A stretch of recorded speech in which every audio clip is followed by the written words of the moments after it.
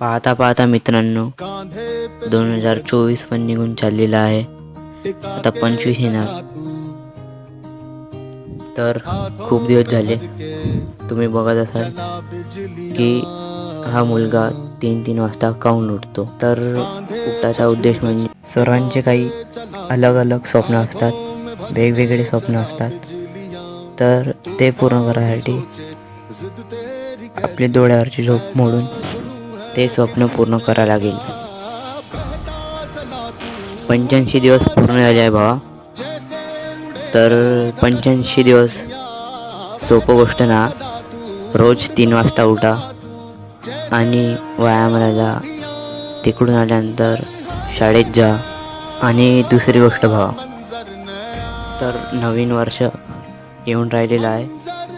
तर काही मुलं विचार केले आहे एक